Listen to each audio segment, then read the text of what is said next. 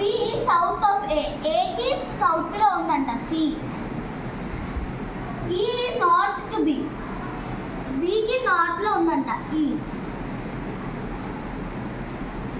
D is east of B, ఈకి ఈస్ట్లో ఉందంట D. Then C is which direction to D, అంటే C డికి ఎక్కడ ఉంది సి అని అడుగుతున్నాడు. ఇలా వస్తుంది ఇక్కడ ఫస్ట్ డైరెక్షన్స్.